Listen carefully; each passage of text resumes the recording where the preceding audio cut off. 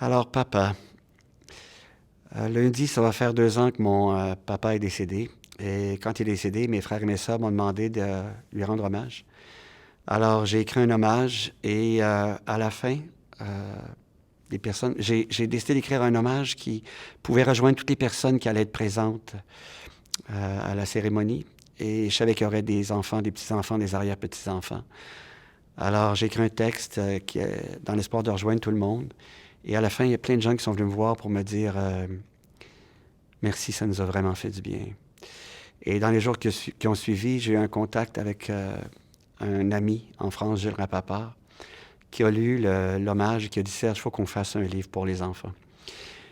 J'ai dit Gilles, c'est un texte sur la mort, on ne peut pas faire un livre pour les enfants. Ils m'ont répondu non, Serge, c'est un texte sur l'amour et on va faire un livre pour les enfants. Alors c'est comme ça qu'est né Papa.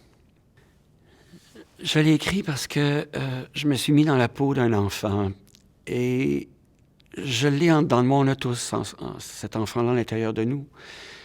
Et je me suis dit, si j'avais 5 ans, là, qu'est-ce que je me poserais comme question? Et la première question qui est arrivée à mon esprit, c'est où il est? Où il est, papa? Et c'est vrai pour tous les êtres qu'on perd. Ça peut être un ami, ça peut être un grand-parent. En période de COVID, il y a beaucoup d'enfants, de petits-enfants qui perdent leurs parents ou leurs grands-parents. Où il est? Et je voulais avoir une réponse qui n'était pas celle que j'avais entendue dans ma vie. Et je me suis dit une réponse qui pourrait, il me semble, être utile. C'est dans l'amour, c'est-à-dire dans l'amour que tu as pour la personne qui est partie. Cet amour-là est encore en toi. Puis il a été construit à travers toute la relation que tu as eue avec cette personne-là. Ce qu'elle a fait pour toi. Si elle t'a mouché le nez un matin, si elle t'a préparé ton bol de céréales, si elle a arrosé la cour pour faire une patinoire l'hiver, elle l'a fait dans l'amour. Et ça a construit l'amour que tu as en toi pour elle. Et c'est ça la réponse que j'aurais aimé entendre si j'avais 5 ans. Et c'est la réponse que j'ai essayé d'offrir aux enfants, mais à tous ces enfants qu'on a à l'intérieur de nous toute notre vie. Mais mon père, parce que je suis vraiment entré dans cet espace à l'intérieur de moi pour écrire ce texte-là. Et j'ai même rencontré des facettes de papa que j'avais peut-être oubliées ou même peut-être pas vraiment connues.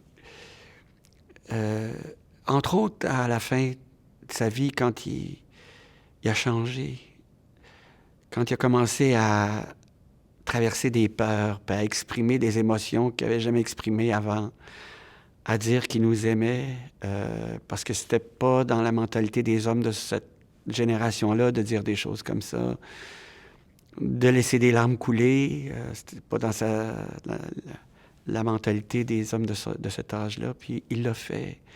Donc il a fait la preuve qu'on pouvait changer toute sa vie. Et ça m'a beaucoup inspiré.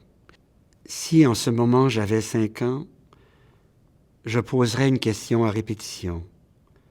Où il est, papa? Et si j'avais 5 ans, j'aimerais qu'on offre une réponse honnête, parfaitement honnête. Je ne voudrais pas qu'on me raconte n'importe quoi. Pas maintenant. Surtout pas en ce moment.